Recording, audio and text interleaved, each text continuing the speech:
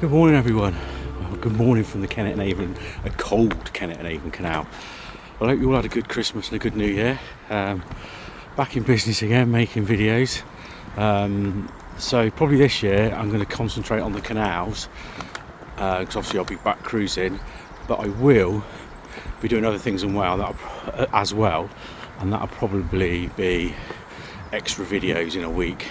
So you'll have a canal one on a Friday, say, and then if I do anything else, like go and explore lost industries, etc., I'll put that on in the middle of the week or something. We'll see how it goes anyway. But yeah, it's bloody cold. But the old canal's frozen.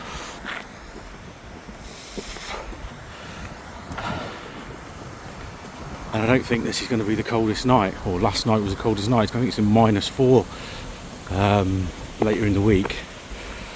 But yeah, get that fire on.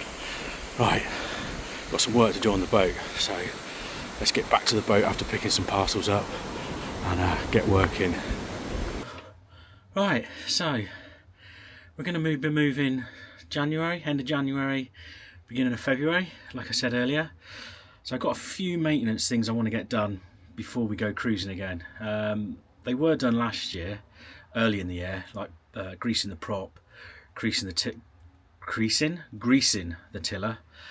So I'm going to do that now. I'll show you what I do. There's a grease nipple on the rear prop shaft just before it goes out to the propeller.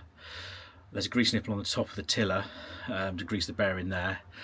There's also another greasing point, but that's run off a little brass cylinder thing. That's for the stern glands. Basically, when you're cruising, once you've stopped cruising, come in the back here, turn that, and it puts grease on the stern gland to stop water coming back in and obviously flooding the back of the boat.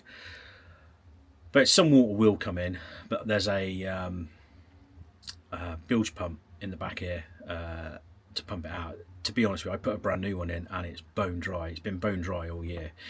I mean, I haven't been out that much. But yeah, so we'll get grease in now. There is a few other jobs. I do want to do the gearbox. So I'll get that done, probably not today, in the week.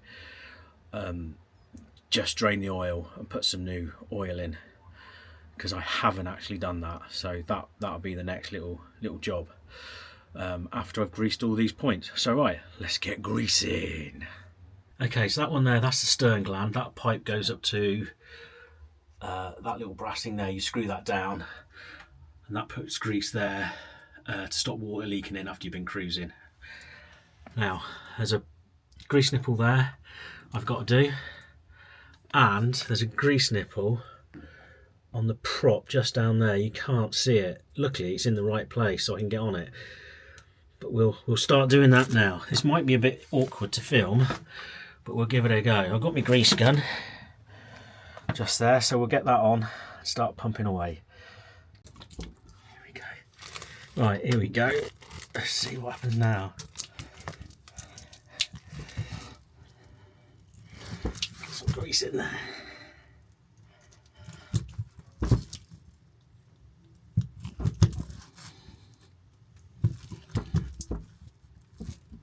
I think that'll do that.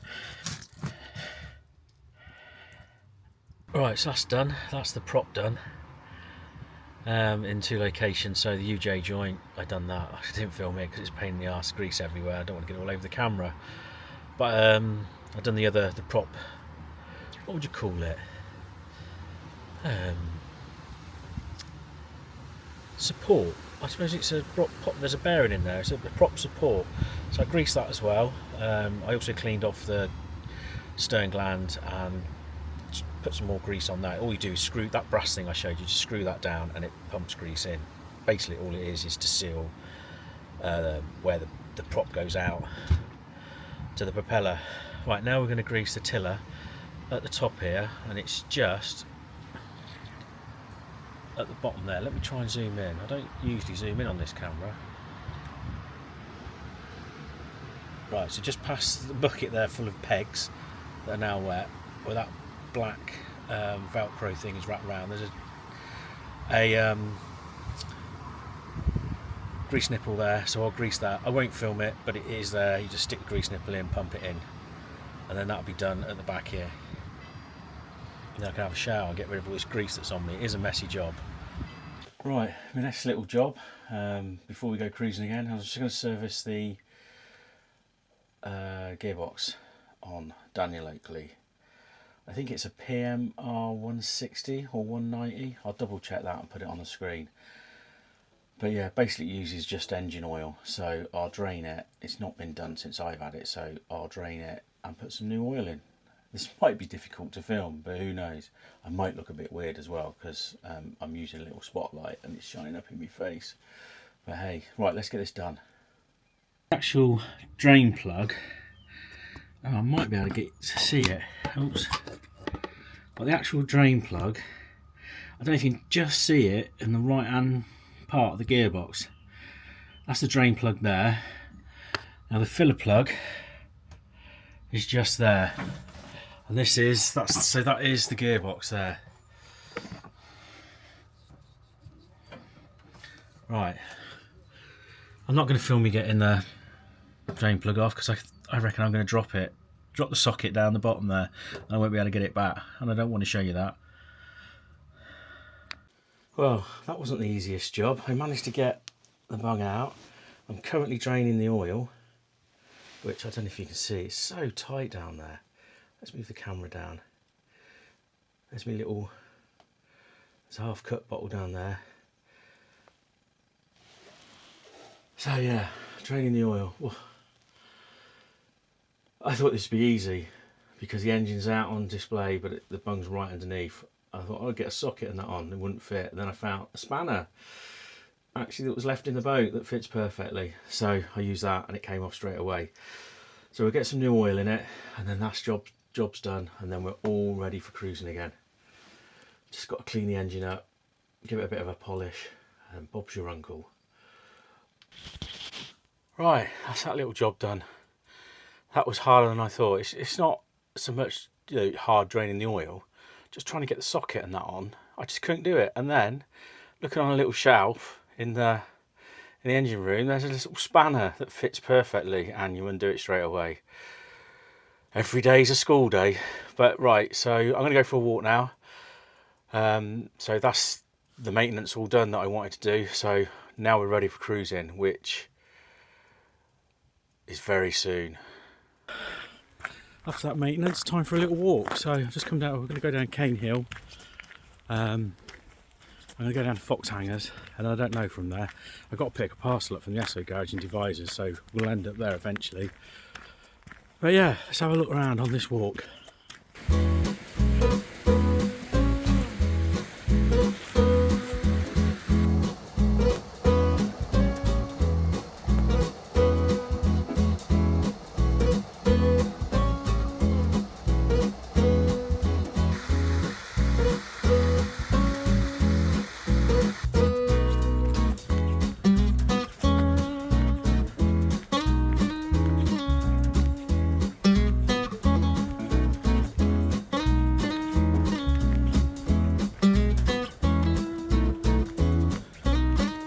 So the plan is to come off the mooring in a couple of weeks and then slowly head down towards Bath.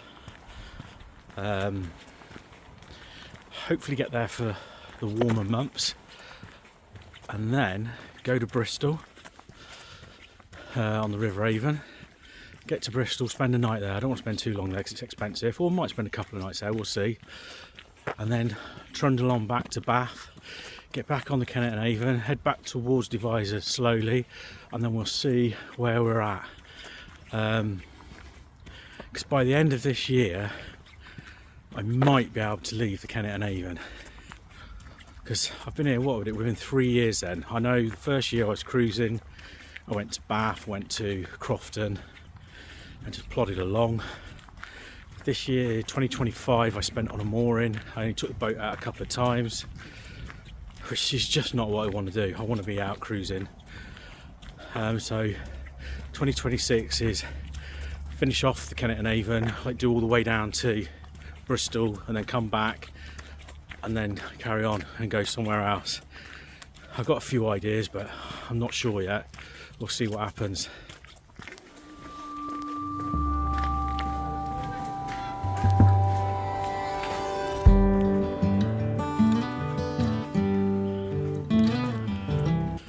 Okay, some of you might be wondering why leaving the mooring when I've still got to work this year. I ain't gonna retire for another year. It's just not what I wanted. It's been easy, don't get me wrong, it's just simple. Your water's there, your electric's there, you ain't got to worry about getting the generator on to charge your batteries up in the winter. But you just don't see nothing. There's no, you don't know, it's hard to explain. That first year I just like cruising. I like being out in nature, seeing all the swans and the birds, and on the mooring, you can take it out, but it's just like you sit there and you go, oh, I'll take the boat out tomorrow, and then when tomorrow comes, you never do it. You just think, oh, I can't be bothered, I'll just sit here and go and play DayZ on the computer.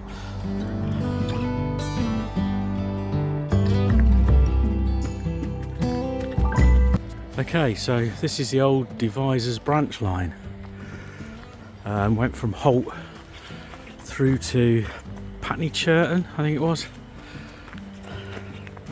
This is a bridge where it went across the canal just here. It's obviously been knocked down.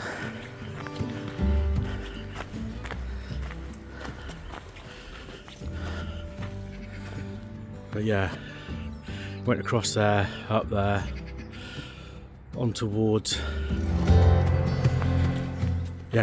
Deviser's. Where Deviser's station is now a car park. Then it went through a tunnel under Deviser's Castle and onto, I don't know where it went after that. I don't know if there was any stations until you got to Patney Churton. Not really studied it that much. Right, let's go. It's Fox Hangers Marina. I went and had a look at a few boats here.